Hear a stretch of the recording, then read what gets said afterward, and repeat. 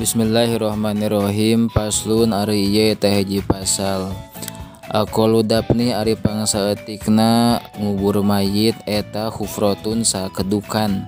Taktumu anu nyumputkeun itu hufrah raihatahu kana ambeuna mayit. Wa tuhrisu sareng ngajaga itu hufrah hu ka itu si mayit minasibai tina satogalak.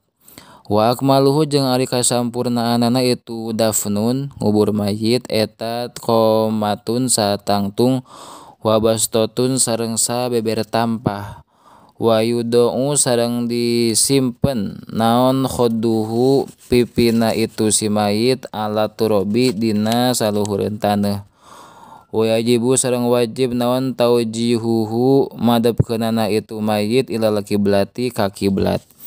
Paslun ari ieu teh hiji pasal. Yun basu dirudang deui naon atawa saha al mayitu mayit li arba'i khisolin karena opat pirang-pirang tingkah. Lil gusli tegasna kahiji karena rek daadusan ida lam yatagoyyar di mana-mana can narima robah itu mayit. Wal taujihi jeung kadua karena rek dipadepkeunana itu mayit ilal kiblati ka kiblat. Walil mali sareng katilu karena mawa harta ida dupina di mana-mana dikubur itu mal ma'ahu serta itu si mayit. Walil mar'ati jeung kaopat karena awewe atau pikeun awewe ida dupina di mana-mana dikubur itu mar'ah. Ida dupina di mana-mana dikubur naon janinuha janina itu mar'ah ma'aha serta itu si mar'ah. Wa umkinat jeung dikongangkeun naon hayatuhu hirupna itu janin. Paslun ari ieu teh hiji pasal. Al isti'anatu ari pirang-pirang menta tulung eta arba'u khisolin aya opat pirang-pirang tingkah. Mubahatun tegasna kahiji anu dimenangkeun wa khilaful aula sareng kadua anu khilaful aula nyulayaan kana kautamaan. Wa makruhatun sareng katilu anu dimakruhkeun wa wajibatun sareng kaopat anu diwajibkeun. Fal mubahatu maka ari minta tulung anu dimenangkeun. Hiya eta ari itu mubahah eta taqribul ma'i ngadeukeutkeunana cai.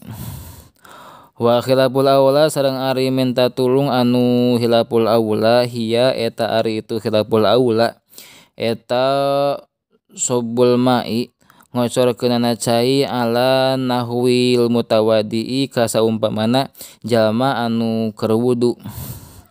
Wal makruhatu jeung ari minta tulung anu dimakruhkeun hiya eta ari itu makruhat eta liman pikeun jalma yagsilu anu ngumbah itu si eman a'doahu kana anggahota wuduna itu si eman.